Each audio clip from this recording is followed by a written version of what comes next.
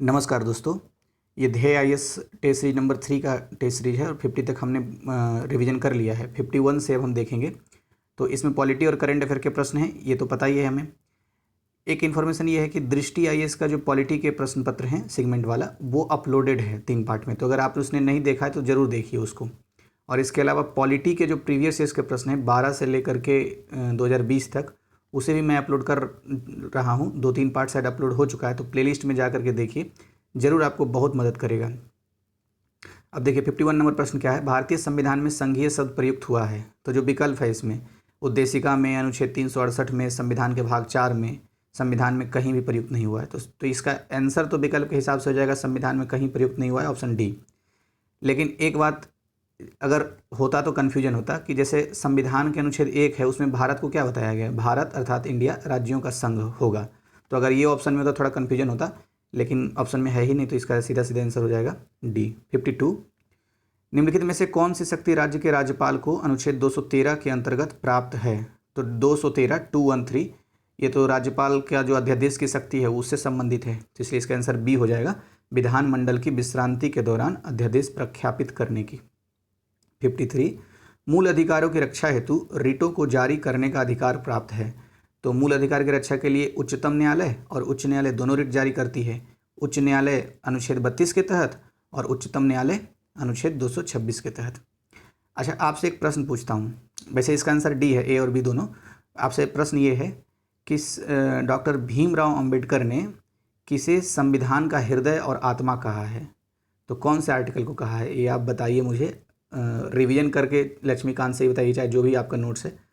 Comment box में answer बताइए, मैं इंतजार करूंगा। बहुत इंपॉर्टेंट क्वेश्चन है, आ चुका है ये कई बार। 54, विचार करने हैं, 4 कथन हैं। पहला कथन, समान नागरिक संहिता, छोटे परिवार का मानदंड, समान कार्य के लिए समान वेतन, प्राथमिक स्तर पर मातृभाषा में शिक्षा।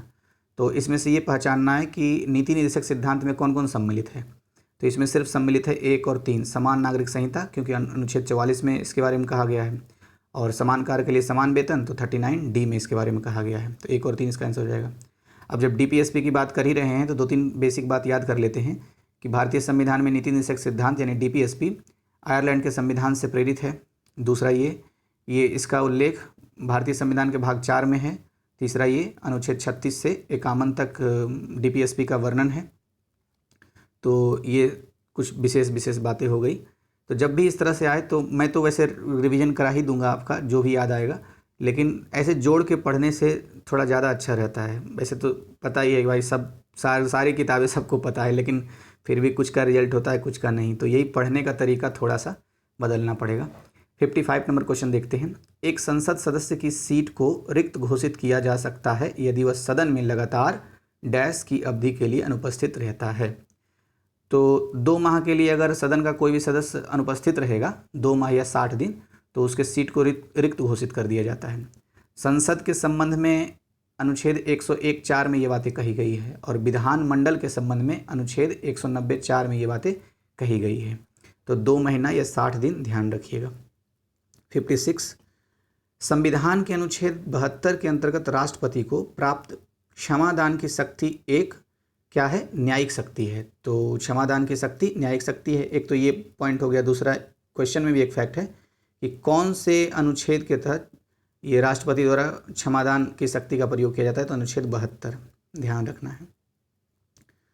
57, भारतीय संविधान सभा की कुल 15 महिला सदस्यों में से एकमात्र मुस्लिम महिला थी। तो एकमात्र मुस्लिम महिला कौन थी, बेगम एजाज रसूल। लेकिन इसमें एक क्वेश्चन का आंसर और है। जैसे क्वेश्चन ऐसे ही पूछ सकता है कि संविधान सभा में महिलाओं की सदस्य संख्या कितनी थी, 14, 15, 16, 17, तो 15 इसका आंसर होगा। तो 15 महिलाओं की सदस्य संख्या थी संविधान सभा में, और एकमात्र मुस्लिम महिला कौन थी, बेगम एजाज रसूल। 58, विचार करने हैं, 3 कथन हैं। पहला, साधारण विधेयक, धन विधेयक, संविधान संशोधन विधेयक। तो उपर्युक्त में से किस विधेयक पर संयुक्त बैठक का प्रावधान नहीं है। तो संयुक्त बैठक का देखिए 4 तरह के विधेयक होते हैं। साधारण विधेयक होते हैं, फिर वित्त विधेयक, धन विधेयक और संविधान संशोधन विधेयक। तो पहले मैं स्पष्ट कर देना चाहता हूँ, इसका आंसर पूछा कि संयुक्त बैठक किस पर नहीं होता है। तो संविधान संशोधन विधेयक और धन विधेयक दोनों पर संयुक्त बैठक कभी नहीं होता। लेकिन अगर साधारण विधेयक और वित्त विधेयक के संबंध में उच्च सदन और निम्न सदन में अगर मतभेद है तो राष्ट्रपति संयुक्त बैठक को आहूत करता है। आहूत मतलब बुलाता है संयुक्त बैठक को। तो इसलिए इसका आंसर तो बी हो गया, 2 और 3। थोड़ी सी मतलब बेसिक बातें, संयुक्त बैठक का प्रावधान पूछ लेता है कि कौन से आर्टिकल में है, तो आर्टिकल 108 में है। कभी कभी ये पूछ लेता है कि संयुक्त बैठक की अध्यक्षता कौन करेगा भाई, तो लोकसभा का अध्यक्ष यानी स्पीकर करता है। और ये कहाँ वर्णन है, संविधान के अनुच्छेद 118(4) में। तो 108 और 118(4) याद रखिएगा। अब देखिए 59। अच्छा, आपसे क्वेश्चन पूछता हूँ, बताइए राज्य विधानमंडल में, यूपीएससी में क्वेश्चन शायद टेस्ट सीरीज में कहीं पर था, ये राज्य विधानमंडल के संबंध में संयुक्त बैठक का प्रावधान है या नहीं है, हाँ या ना में आंसर सिर्फ देना है। 59, राष्ट्रपति एक अध्यादेश जारी कर सकता है जब उसे समाधान हो जाता है कि तत्काल कार्रवाई की जानी आवश्यक है। तो उसे ये समाधान हो जाएगा कि कोई भी सदन अगर सत्र में नहीं है तो वो क्या करेगा, अध्यादेश जारी कर सकता है। तो राष्ट्रपति के संबंध में अध्यादेश का वर्णन कौन से अनुच्छेद में है, 1, 2, 3। और अगर राज्यपाल के संबंध में पूछे तो 2, 1, 3, मतलब बीच वाले 2 को पहले ले आ जाना है। तो ऐसे करके भी याद रखिए, 2, 1, 3 राज्यपाल के अध्यादेश, 1, 2, 3 राष्ट्रपति के अध्यादेश।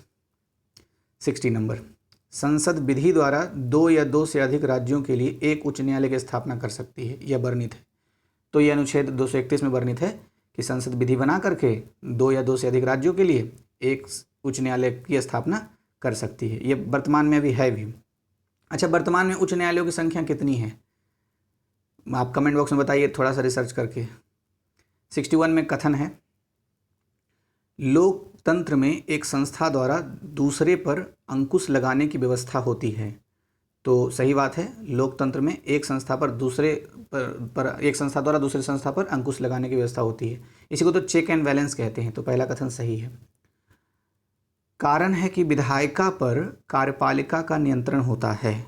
तो गौर से पढ़ने पर पहले ऐसे ही पता चल जाता है कि विधायिका पर कार्यपालिका नियंत्रण नहीं करती, बल्कि कार्यपालिका पर विधायिका का नियंत्रण होता है। कैसे, विधायिका ही तो प्रश्न पूछती है कार्यपालिका से, विधायिका ही तो निंदा प्रस्ताव लाती है, विधायिका ही तो अविश्वास प्रस्ताव लाती है मंत्रिमंडल के खिलाफ अनुच्छेद 75 के तहत। तो ये सब बातें ध्यान रखना है। तो ये गलत हो गया, उल्टा दरअसल दिया हुआ था, इसलिए सी नंबर इसका ऑप्शन हो जाएगा, ए सही आर गलत। 62, निम्नलिखित में से कौन से संविधान के अनुच्छेद 13 के अंतर्गत परिभाषित विधि शब्द में सम्मिलित है। तो विधि शब्द में साधारण विधियां और विधि का बल रखने वाली सामाजिक रूढ़ियां, ये विधि का मतलब ये दोनों होता है, ए और सी। तो विकल्प डी इसका आंसर हो जाएगा। वैसे अगर विधि के बारे में और भी पूछे तो विधि में अध्यादेश भी आती है, विधि में आदेश भी आता है, विधि में विधान भी आता है, विधि में विनियमन भी आता है, और विधि में मतलब जो वैसी रूढ़ियाँ जो समाज की जिसको विधि का बल दिया हुआ है, तो वो विधि में सारी आती है। 63, भारत में राष्ट्रपति वित्तीय आपात की घोषणा करता है जब उसे यह प्रतीत होता है कि देश में वित्तीय स्थायित्व को खतरा है। तो विकल्प सी इसका आंसर हो जाएगा। वैसे एक प्रश्न ये भी आता है कि वित्तीय आपातकाल संविधान के किस अनुच्छेद में है, तो 360 में है। और इससे भी ज़्यादा महत्वपूर्ण ये है कि क्या भारत में अभी तक वित्तीय आपातकाल लगाया गया है, हाँ या ना। तो इसका आंसर भी हाँ या ना में आप दे सकते हैं। 360 लिखिए कमेंट बॉक्स में और फिर लिखिए हाँ या ना, तो इससे मुझे पता चल जाएगा। गुवाहाटी 64, गुवाहाटी उच्च न्यायालय के न्यायिक अधिकार क्षेत्र के अंतर्गत निम्नलिखित में से कौन सा राज्य शामिल नहीं है। तो गुवाहाटी उच्च न्यायालय के न्यायिक अधिकार क्षेत्र के अंतर्गत मिजोरम शामिल है, अरुणाचल प्रदेश शामिल है, नागालैंड शामिल है, जबकि मेघालय शामिल नहीं है। और भारत में उच्च न्यायालयों की संख्या अभी 25 है, तो ध्यान रखना है। अब देखिए 65, निम्नलिखित में से कौन से तत्व भारतीय संघात्मक व्यवस्था के एकात्मक चरित्र को प्रकट करते हैं। तो भारतीय संघात्मक व्यवस्था के एकात्मक चरित्र का प्रकट कौन कौन करता है, स्वतंत्र न्यायपालिका, उसके बाद स्वतंत्र न्यायपालिका तो खैर संघात्मक विशेषताएं हैं, स्वतंत्र न्यायपालिका कभी भी एकात्मक नहीं है, ऐसा मैं बोल रहा हूँ। संविधान की जो लोचशीलता है वो क्या है, वो एक तरीके से एकात्मक चरित्र वाला है। उसके बाद फिर क्या है, आपातकालीन उपबंध, ये भी एकात्मक चरित्र का है। इसके बाद फिर क्या है, एकल नागरिकता, तो ये भी एकात्मक चरित्र का है। तो ध्यान रखना है विकल्प सी 1, 3, 4। अच्छा, कोई आंसर में अगर आपको डाउट लगे ना तो आप ज़रूर कमेंट बॉक्स में बताइए मुझे कि हाँ इसमें गड़बड़ लग रहा है, चाहे इसमें डाउट है, तो मैं कोशिश करूँगा उसका जवाब देने का। अच्छा, आपसे एक प्रश्न अभी कर लेता हूँ इस क्वेश्चन के संबंध में। एकल नागरिकता विश्व के कौन से देश के संविधान से लिया गया है भारत में, तो ये आप मुझे बताइए। अगर कुछ क्वेश्चंस का आंसर ज़्यादा टाइप नहीं करने का दिल है तो कम से कम मन में ज़रूर आंसर ढूंढ लीजिए, क्योंकि जो भी मैं क्वेश्चन बीच में पूछूंगा वो मुझे वही याद आते हैं जो प्रीवियस ईयर्स में है, चाहे जीएस वर्ल्ड या फिर दृष्टि के टेस्ट सीरीज में या फिर ध्येय आईएएस के टेस्ट सीरीज में या फिर पीसीएस मंत्रा के टेस्ट सीरीज में कहीं ना कहीं मैंने पढ़ा है, जो मैं आगे अभी अपलोड भी करूँगा वीडियो। 66 का सूची 1 और सूची 2 में मिलान करने एक साइड प्रावधान दिया और दूसरे साइड स्रोत देश दिया हुआ है। तो पहला क्या है, विधि द्वारा स्थापित प्रक्रिया, तो ये जापान से लिया गया है। संसद की संयुक्त बैठक ऑस्ट्रेलिया से लिया गया है। और प्रस्तावना में न्याय का आदर्श, ये सोवियत संघ से लिया हुआ है। राष्ट्रपति की निर्वाचन पद्धति, ये आयरलैंड से लिया हुआ है। फिर से मैं एक बार सही सही दोहरा देता हूँ। राष्ट्रपति की निर्वाचन पद्धति आयरलैंड से लिया हुआ है। प्रस्तावना में न्याय का आदर्श, ये सोवियत संघ से लिया गया है। संसद की संयुक्त बैठक, ये ऑस्ट्रेलिया से लिया गया है। और संसद द्वारा स्थापित प्रक्रिया, ये विधि द्वारा स्थापित प्रक्रिया, ये जापान से लिया गया है, तो ध्यान रखना है। और एकल नागरिकता कहाँ से लिया गया है, ब्रिटेन से लिया गया है एकल नागरिकता का प्रावधान। 67, भारत के प्रधानमंत्री के विषय में निम्नलिखित कथनों में से कौन सही नहीं है। तो जो सही है पहले उसे देख लेते हैं, फिर सही नहीं पर बात करेंगे। तो प्रधानमंत्री के संबंध में सही कथन क्या है, वह राष्ट्रपति द्वारा नियुक्त किया जाता है, ना कि मनोनीत। तो एकदम बिल्कुल सही है, राष्ट्रपति द्वारा नियुक्त किया जाता है। अच्छा, उसके बाद फिर क्या लिखा हुआ है दूसरा, वह संसद सदस्य को प्राप्त होने वाले वेतन व भत्ते प्राप्त करता है। तो हाँ, बिल्कुल सही है। वह मंत्रिपरिषद का वास्तविक नेता होता है, बिल्कुल सही है। सी नंबर जो कि गलत है, यानी इसका आंसर यही है। कैसे देखते हैं, वह संसद के प्रति उत्तरदायी नहीं होता है, वो होता है, क्योंकि मंत्रिपरिषद का प्रधान नेता होता है कौन, प्रधानमंत्री। और मंत्रिपरिषद पूरी तरह से आर्टिकल 75 के तहत, 75(3) शायद है, 3 या 4, उसके तहत क्या है, लोकसभा के प्रति उत्तरदायी होता है। तो ये गलत हो गया था, इसीलिए सही हुआ आंसर। 68, निम्नलिखित युग्मों में से कौन सही सुमेलित नहीं है। तो जो सही पहले है सुमेलित उसे देख लेते हैं। हरियाणा का गठन कब हुआ, हरियाणा का गठन 1966 में। और मेघालय का गठन 1972 में। सिक्किम का गठन 1975 में। और अरुणाचल प्रदेश का गठन, तो अरुणाचल प्रदेश का गठन 1980 में नहीं, 1987 में हुआ है। तो ये इसका है सही। फिर से मैं एक बार दोहरा देता हूँ। हरियाणा का गठन 1966, मेघालय का 1972, सिक्किम का 1975, अरुणाचल प्रदेश का 1987। अच्छा, एक चीज़ सिक्किम से क्वेश्चन शायद दृष्टि वाले में ये था, एक क्वेश्चन ये आया था कि 371F कौन से राज्य से संबंधित है। 371F सिक्किम से संबंधित है। और सिक्किम को अगर ये हिस्ट्री से लिंक करते हैं तो पता है 1850 में डलहौजी ने सिक्किम को हड़प लिया था। पता है किस कारण से, बड़ा आश्चर्य होता है ये जान करके। 2 अंग्रेज डॉक्टर थे, वो गए थे सिक्किम वाले एरिया में। तो डलहौजी ने आरोप लगाया कि ये सिक्किम वाले लोगों ने क्या किया, वहाँ के राजा ने क्या किया, दुर्व्यवहार किया है डॉक्टरों के साथ। तो भाई तुमने दुर्व्यवहार किया तो तुम्हारा राज्य में हड़प लूँगा, ऐसा बोल के हड़प लिया। गजब गजब कहानी है इतिहास में। 69, निम्नलिखित में से भारत के संविधान के किस एक अनुच्छेद या अनुसूची का संबंध स्वशासी जिला परिषदों से है। तो स्वशासी जिला परिषदों से किसका है, 6ठी अनुसूची का है। 6ठी अनुसूची में AMTM मतलब असम, मेघालय, त्रिपुरा, मिजोरम। तो असम, मेघालय, त्रिपुरा, मिजोरम, ये इसमें क्या है, स्वशासी जिला परिषदों का प्रावधान किया गया है। अच्छा, ये स्वशासी जिला परिषद है ना, इससे जुड़ा 2 फैक्ट ये जान लीजिए जो कि 6ठी अनुसूची में है। 24 सदस्य प्रत्यक्ष रूप से निर्वाचित होते हैं इस स्वशासी जिला में, इन चारों राज्यों में। और 6 सदस्य राज्यपाल द्वारा मनोनीत किया जाता है। तो ये भी बात ध्यान रखना है। 70, विचार करना है और जो सही सुमेलित है उसके बारे में बताना है। तो वैसे सारा सुमेलित है सही, मैं सिर्फ पढ़ देता हूँ। संघ शासित क्षेत्र अधिनियम 1963 में बना। राष्ट्रीय राजधानी क्षेत्र अधिनियम 1991 में बना। संसद अधिनियम 1959 में। सीमांकन अधिनियम 2002 में। तो 1, 2, 3, 4 डी नंबर ऑप्शन। 71, भारतीय संघ के राज्यों का पुनर्गठन किया जा सकता है अथवा उनकी सीमाएं परिवर्तित की जा सकती है। तो संसद द्वारा विधान की सामान्य प्रक्रिया में साधारण बहुमत द्वारा। इसका यही आंसर होगा, विकल्प ए। 72, कथन है भारत को विभक्त राज्यों का अविभाज्य संघ कहा जाता है। तो हाँ, भारत में राज्य विभक्त हो सकते हैं लेकिन संघ कभी भी विभाज्य नहीं होगा, यानी अविभाज्य है। तो पहला कथन सही हो गया। कारण क्या है, संविधान द्वारा राज्य के अस्तित्व को गारंटी प्रदान नहीं की गई है। बिल्कुल सही है। संविधान में कहीं भी ये नहीं कहा गया कि हाँ राज्य है तुम और तुम्हारा अस्तित्व जो है वही रहेगा, ऐसा नहीं हो सकता। लेकिन अमेरिका में है ऐसा, अमेरिका में मतलब संसद को ये अधिकार नहीं है कि राज्यों की सीमा में परिवर्तन कर दे, उसके नाम में परिवर्तन कर दे, राज्य को कोई छोटा किसी को बड़ा कर दे, ऐसा नहीं है। चाहे एक को दो में बांट दे।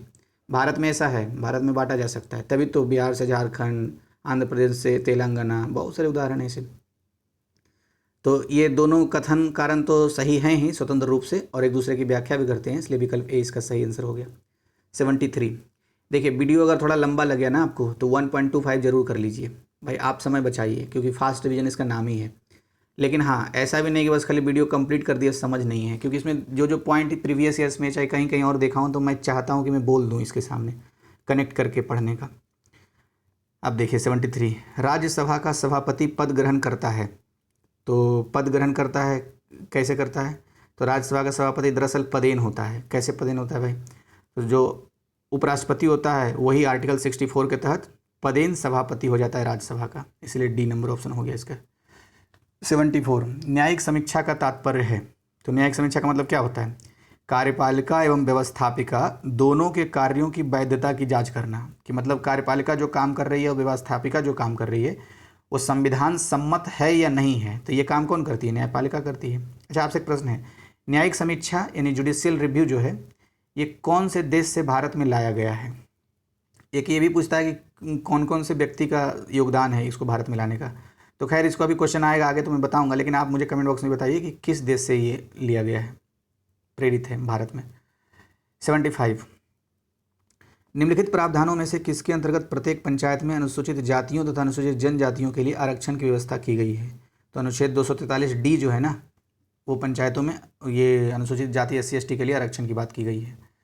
276, मुख्य निर्वाचन आयुक्त को उसकी पदावधि समाप्त होने से पहले हटाया जा सकता है।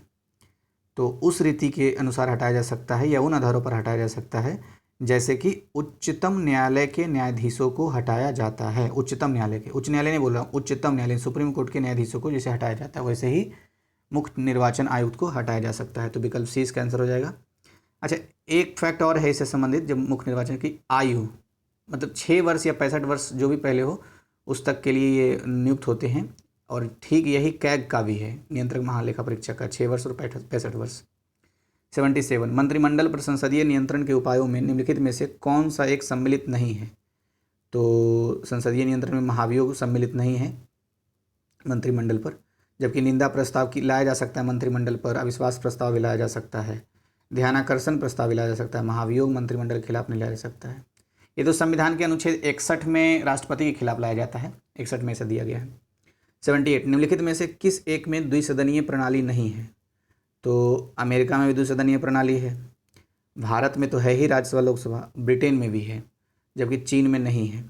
तो याद रखना है, चीन में भी नहीं है। अब अपना ही जो पड़ोसी है ना जहाँ से बेटी रोटी का संबंध है, गेस कीजिए कौन सा? नेपाल। नेपाल में भी नहीं है। नेपाल और चीन दोनों में मतलब कि एक सदनीय है, द्विसदनीय नहीं है।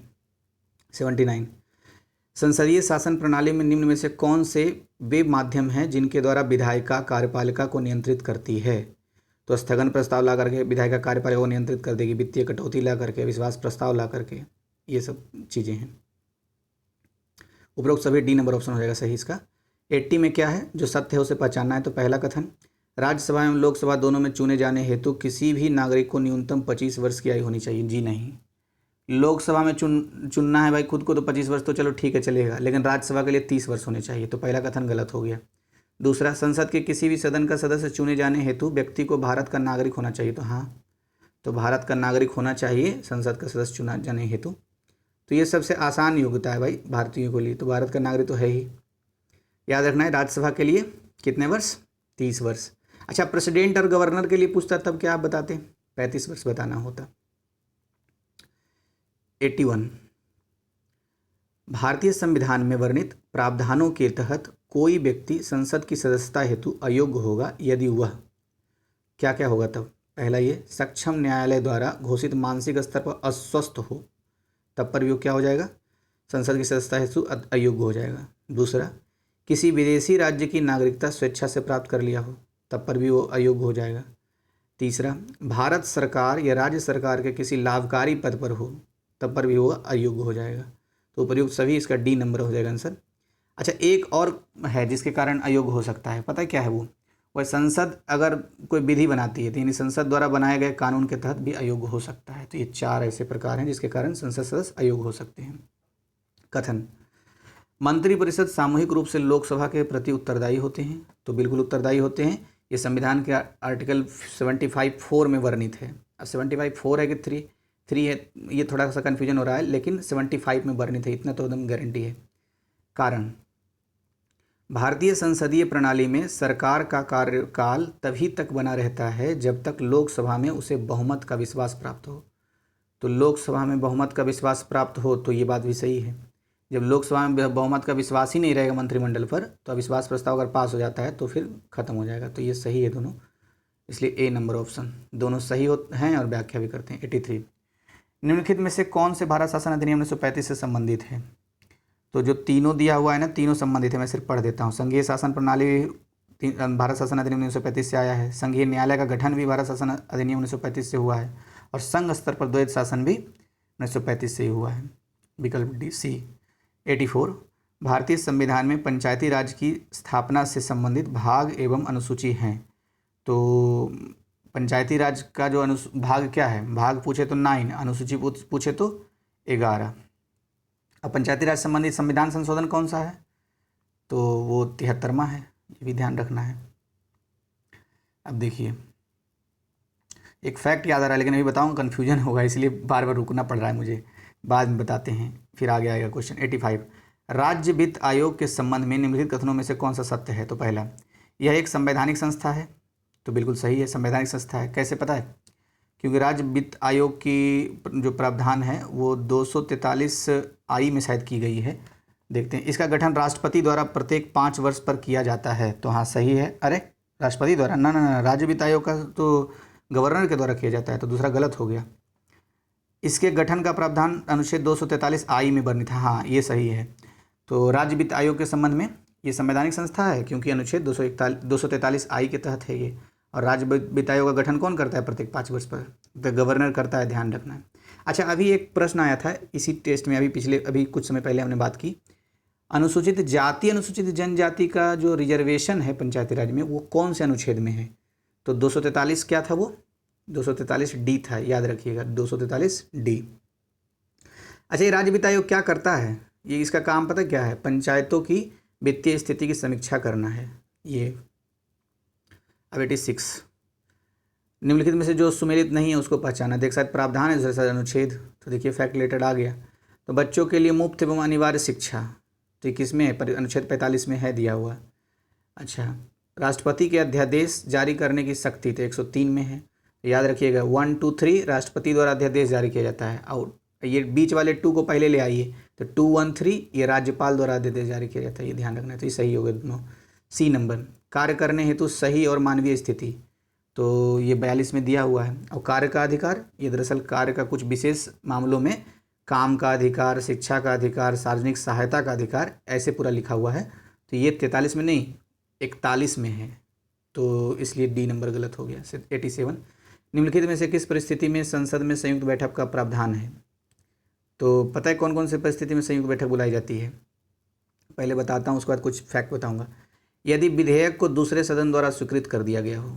हाँ, तो यदि लोकसभा द्वारा पास किया गया और राज्यसभा द्वारा स्वीकृत, या राज्यसभा द्वारा पास और लोकसभा द्वारा स्वीकृत, तो राष्ट्रपति बुलाएगा। कौन बुलाता है ये भी पूछता है। तो राष्ट्रपति आहूत करता है संयुक्त बैठक को, आहूत करना है ना बुलाना। बी नंबर, यदि दूसरा सदन विधेयक में किए गए संशोधनों को मानने से असहमत हो तब पर भी बुला लेगा। उसके बाद फिर क्या है? तीसरा नंबर, दूसरे सदन द्वारा विधेयक पास किए गए 6 महीने से ज़्यादा हो गया हो तब पर भी बुलाएगा। तो उपयुक्त सभी परिस्थितियों में संयुक्त बैठक बुलाई जाती है। तो ध्यान रखना है तीनों परिस्थिति।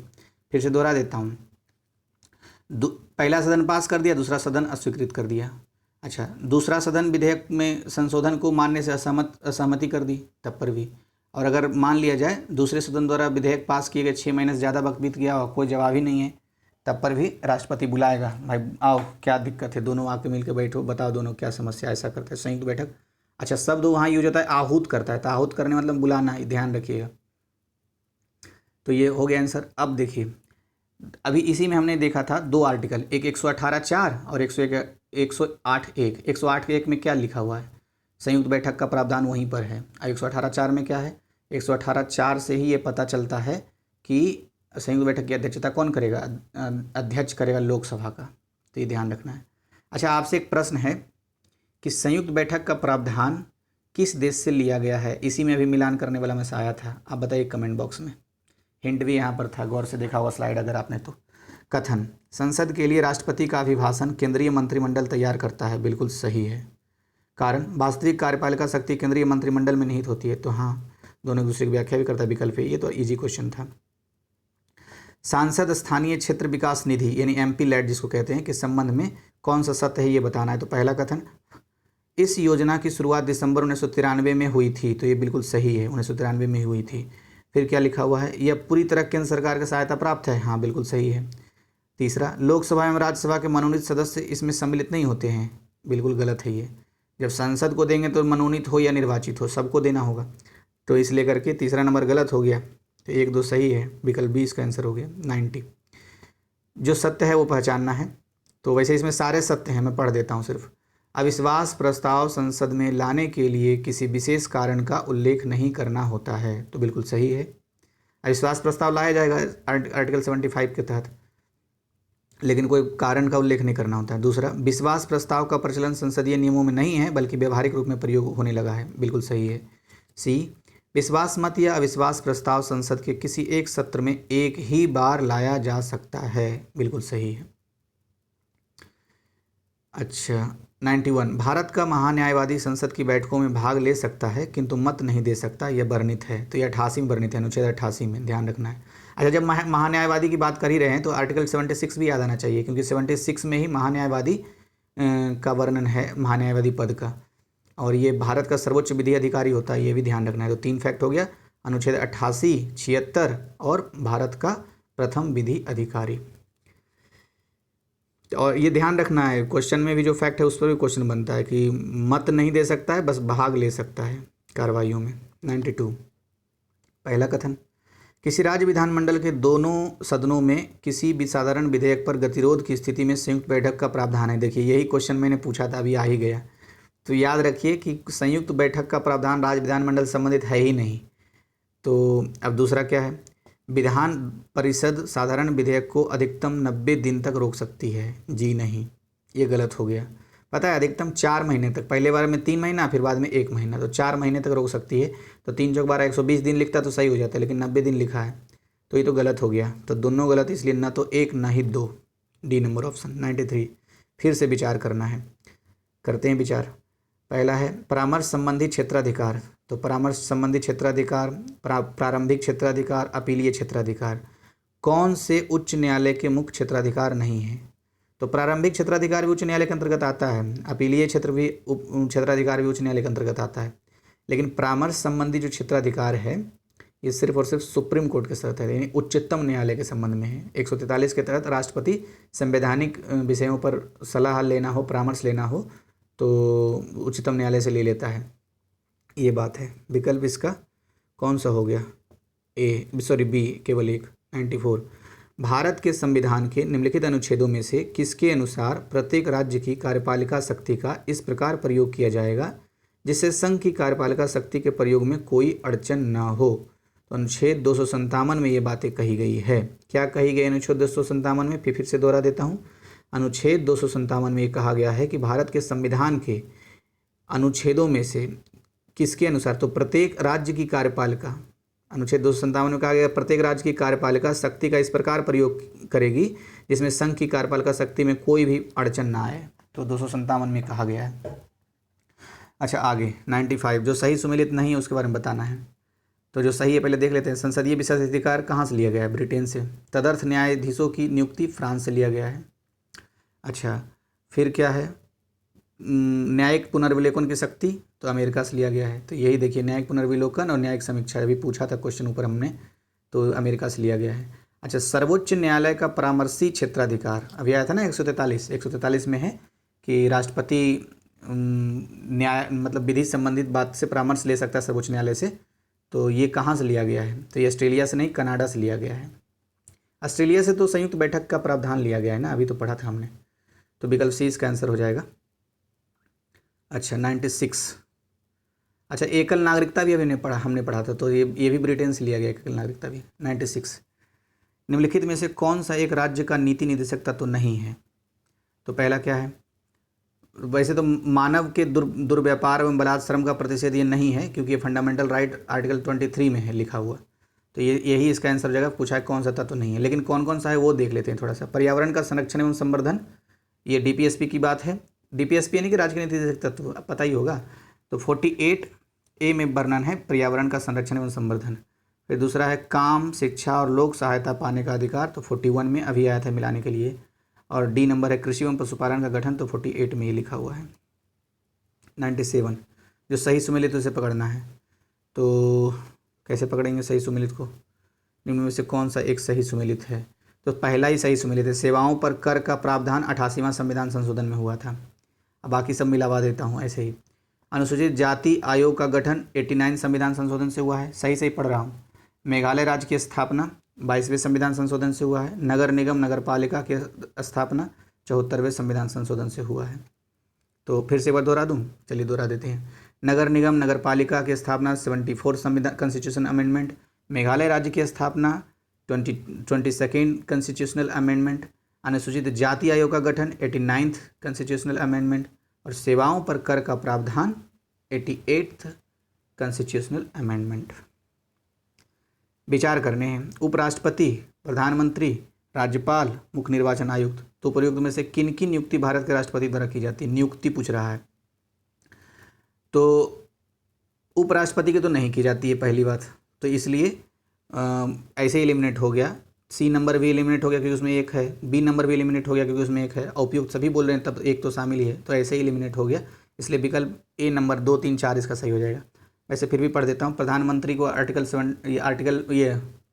पता नहीं आर्टिकल क्या है इसका पता नहीं, लेकिन 70 प्रधानमंत्री को नियुक्त करता है राष्ट्रपति। राज्यपाल को भी नियुक्त करता है 155 के तहत राष्ट्रपति। और 156 में ये वर्णित है कि प्रसाद पर्यंत रहता है, राष्ट्रपति के प्रसाद पर्यंत पद पर बना रहेगा राज्यपाल। और मुख्य निर्वाचन आयुक्त को 300 कितना है 324 है, 324 के तहत। तो इसका विकल्प ए हो गया। 99 संविधान के निम्नलिखित अनुच्छेदों में से कौन सा एक संसद और राज्य विधानमंडल को आकस्मिकता निधि सृजन करने की शक्ति देता है? तो 267 के अनुसार, संविधान के 267 अनुच्छेद के अनुसार संसद और राज्य विधानमंडल को आकस्मिकता निधि सृजित करने का, कॉन्टीजेंसी फंड जिसको कहते हैं, अधिकार दे देता है, शक्ति दे देता है। तो 267 इसलिए महत्वपूर्ण है। 100 क्वेश्चन नंबर निम्नलिखित में से कौन से रिट प्रशासनिक अधिकारियों के विरुद्ध जारी की जाती है? तो परमादेश, अधिकार परीक्षा और बंदी प्रत्यक्षीकरण, ये तीनों जो है, बंदी प्रत्यक्षीकरण को हैवियस कॉर्पस भी बोलते हैं। तो परमादेश, अधिकार परीक्षा, बंदी प्रत्यक्षीकरण 1, 2, 3 ये सब भी, ये जो है ये रिट कौन जारी मतलब किया जाता है प्रशासनिक अधिकारियों के लिए। इसका बी आंसर हो गया। अब रिट की बात करते हैं, थोड़ा सा देख लेते हैं। सुप्रीम कोर्ट रिट तो जारी करती है 5 प्रकार की, लेकिन कौन से अनुच्छेद के तहत? 32 अनुच्छेद के तहत। और 32 अनुच्छेद को ही डॉक्टर भीमराव अम्बेडकर ने संविधान की हृदय और आत्मा कहा है, तो ध्यान रखिएगा। अच्छा, उच्च न्यायालय यानी कि हाई कोर्ट कौन से अनुच्छेद के तहत करती है रिट जारी? तो रिट जारी करती है 226 के तहत। लेकिन अब जाते जाते एक क्वेश्चन आपके लिए छोड़ जाता हूँ। अब रिट जारी करने की शक्ति उच्चतम न्यायालय या उच्च न्यायालय, दोनों में से सबसे ज़्यादा अधिकार किसका है, अधिकार क्षेत्र किसका है? आप कमेंट बॉक्स में बताइए। लक्ष्मीकांत खोलिए और निकालिए और बताइए मुझे। तो धन्यवाद। अच्छा लगा हो तो शेयर, सब्सक्राइब, लाइक कीजिए ताकि मुझे मोटिवेशन मिले। धन्यवाद।